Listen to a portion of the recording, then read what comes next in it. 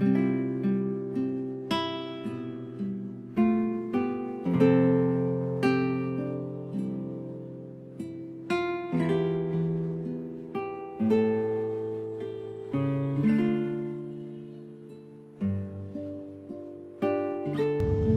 mabuting balita ng Panginoon ayon kay San Marcos. Noong panahong yun, nasa daan ang mga alagad patungong Jerusalem. Nauuna sa kanila si Jesus. Nangangamba ang mga alagad at natatakot naman ang mga taong sumusunod sa kanya.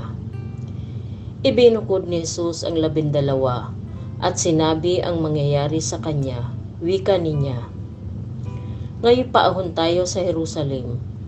Ang anak ng tao'y ipagkakanulo sa mga punong saserdote at sa mga eskriba. Kanilang hahatulan siya ng kamatayan at ibibigay sa mga hintil.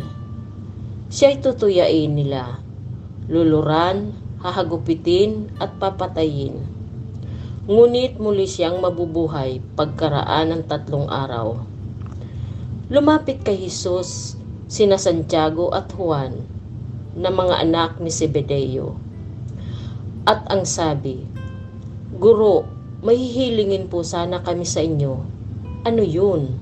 tanong ni Jesus. Sumagot sila, "Sana'y makaupo kami katabi ninyo sa iyong kaharian, isa sa kanan at isa sa kaliwa." "Hindi ninyo nalalaman ang inyong hinihingi," sabi ni Jesus sa kanila. "Mababata ba ninyo ang hirap na babatahin ko? Pabibinyag ba kayo sa binyag na daranasin ko?" "Upo," tugon nila. Sinabi ni Jesus, "Ang hirap na babatahin ko'y babatahin nga ninyo. At kung kayo'y bibinyagan at binyag na daranasin ko, ngunit wala sa akin ang pagpapasya kung sino ang mauupo sa aking kanan at sa aking kaliwa. Ang mga luklukang sinasabi ninyo para sa mga pinaghandaan." Nang marinig ito ng 10 alagad, nagalit sila sa magkapatid.